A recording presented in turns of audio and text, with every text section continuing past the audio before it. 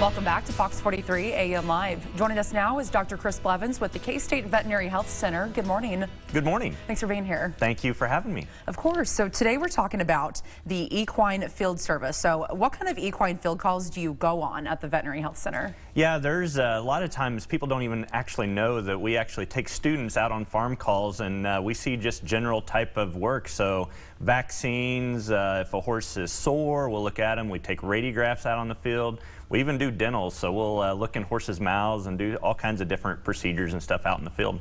Okay, and what do you enjoy most about going on those equine farm calls? I think the nicest thing about going there is it's like an open house or an open farm, so you get to go interact with the clients, and then obviously when we have the students there too, they get to see and just see the different environments. The other thing that can be a challenge is you don't necessarily just have the horses, you also have the dogs and cats that are around, and they're happy to see you too. And sometimes with those, and depending on the procedure, you have to adapt to whatever kind of situation you have in that environment. So it's kind of fun. Sure. And then, so you guys are based in Manhattan.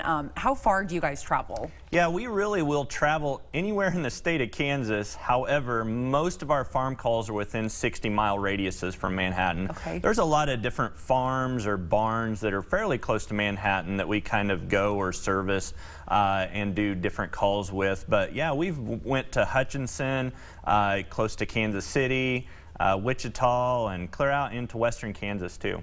Now, speaking of those calls, how can people get a hold of you guys? Do they need to email you guys or just give you guys a call? They can do either one. A lot of them would just go ahead and just give us a call. There's a large animal desk number at 532-5700, but they can email. There's a website that they could look at too to go ahead and schedule appointments that way too.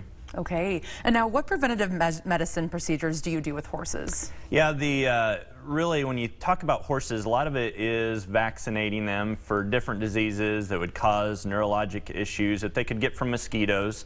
And so we do vaccinate horses for like West Nile, Eastern Western equine encephalomyelitis, which also is by mosquitoes, tetanus, rabies. So those are just some different things that we vaccinate horses with every year. So horses don't have like a 3 or 5 year vaccine, so we got to go back every year. And the other kind of preventative thing is we'll look in horses' mouths and make sure their teeth are doing fine, because the other interesting thing about horses is their teeth continue to grow, and so they have to wear them kind of properly to continue on and digest all that roughage that they kind of eat. So we do oral exams and treatments, usually at least once a year on those too. And what do you guys look out for when it comes to the horse's mouth? Yeah, there's really inside the mouth they can have what we call malocclusions, or missing teeth, or teeth that are too long or sharp in there, and so we can kind of change that it's kind of like a drill that kind of grinds those teeth down a little bit if we need to do those things. But again, when we do that, we also have to be careful not to expose pulp horns, and so I don't know, it's kind of like people or our teeth too, but they're just made different, and we can adapt and change them as needed depending on how they're wearing them. Okay, and now being at K-State, obviously students are involved, so talk about how that works when students want to go through that field. Yeah, so usually what I see, or when they come, is when they're a 4th-year veterinary student, and so they've already been through 3 years of the College of Veterinary Medicine education, and now they're hitting the ground running and going through clinicals, and so then they'll rotate through equine field service as one of the rotations, and usually I'll have about 3 to 4 students at a time. They rotate every 2 weeks, so I'll see almost 100 students throughout the year, and that's usually about our class size as far as for those students. But they are really excited usually when they're out there. They're used to being around a lot of dogs and cats, and sometimes not necessarily around horses, and so just getting those kind of comfort level with that. And in addition, we do have a lot of kids that have been around horses and farm type kids that are veterinary students, so it's fun to have a variation of that while they're there. Absolutely. And you might have just answered my question, but what's your favorite part about working with those students in that area? Yeah, probably